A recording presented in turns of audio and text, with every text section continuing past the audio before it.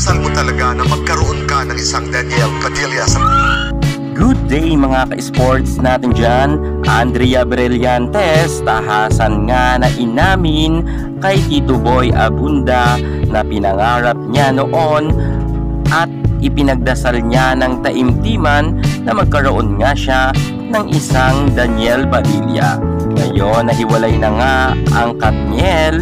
Ito na ba ang kasagutan sa matagal nang ipinapanalangin nga ni Andrea Brillantes na magkaroon siya ng Daniel Padilla? Matutupad na nga ba ito? Alamin natin ang buong detalye hinggil nga sa isyung ito.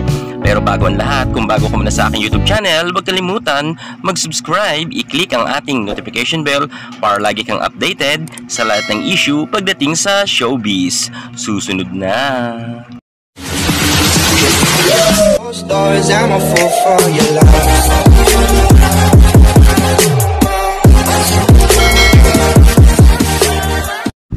Pinagtagpo pero hindi tinadhana ang Katniel.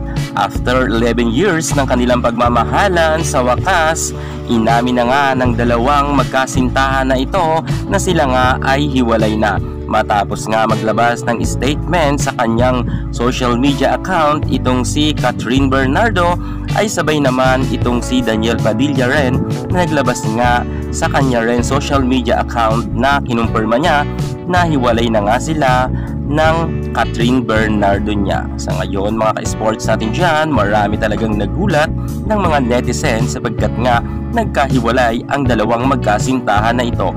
Akala ng iba ay sila na talaga ang magkakatuluyan sapagkat 11 years na nga inabot ang kanilang pagmamahalan.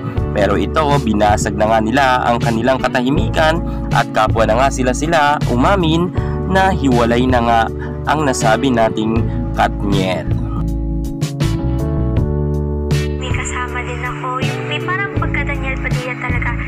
Kung noon nga mga ka-showbiz natin dyan ay pangarap lang nga ng ating Andrea Brillantes na magkaroon siya ng collab team na Daniel Padilla at matagal niya na nga itong pinapanalangin. Mukhang ngayon mga ka-sports sapagkat wala na ngang Katniel, matutupad na ba talaga ang inaasam-asam na pangarap nga ng ating Andrea Brillantes na magkaroon siya ng Daniel Padilla?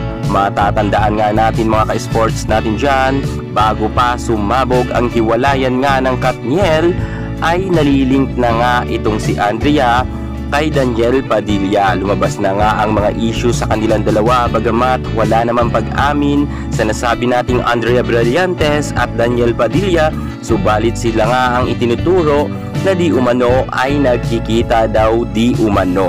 Ayon po yan sa mga issue. Kung gayon mga ka-sports natin dyan, wala ng Katniel, maaari talaga na si Andrea at itong si Daniel Padilla na ngayon ang magkakatuluyan dahil sila talaga ang nalilink. Mag-click naman kaya ang kanilang relasyon, lalo higit ang kanilang magiging mga pelikula kung sakasakali. At sa paghihiwalay nga ng Katniel, malaya na ngayon buksan ni Daniel Padilla ang kanyang bagong pag-ibig, gayon din si Catherine Bernardo. Si Andrea Brillantes na kaya ang ipapalit sa puso ni Daniel Padilla para nga palitan nito sa pwesto si Catherine Bernardo. Bagay kaya sila? Ano sa tingin nyo mga ka-showbiz? I-komento naman niyo yun sa baba kung bagay nga itong si Andrea at si Daniel Padilla. At syempre, aabangan natin ang talagang mga nalalapit na pag-aamin nga at pagbubunyag nga ng dalawang nalilink na ito. Sila ba ay talagang mayroon relasyon or chismis lang? Pero ang importante at ang malinaw na sa atin ay hiwalay na nga ang Katniel. Abangan na lang natin ang susunod na kabanata ni Daniel Padilla at ni Andrea Brillantes. Sa ngayon ay wala pa ngang masyadong malinaw na konfirmasyon kung ang dalawa ba talagang ito ay mayroong relasyon, pero marami na tayong nabalitaan na ganyan. Basta sa showbiz kapag nalilink ay 99.9% ay nangyayari. Kahit itanggi man nila na wala silang relasyon, lilitaw at lilitaw pa rin ang katotohanan sa tamang panahon. Kaya tutukan nyo ang kanilang mga issue. Kaya kung ayaw nyong mahuli sa lahat ng kaganapan pagdating sa showbiz, subscribe na. Thank you so much. God bless.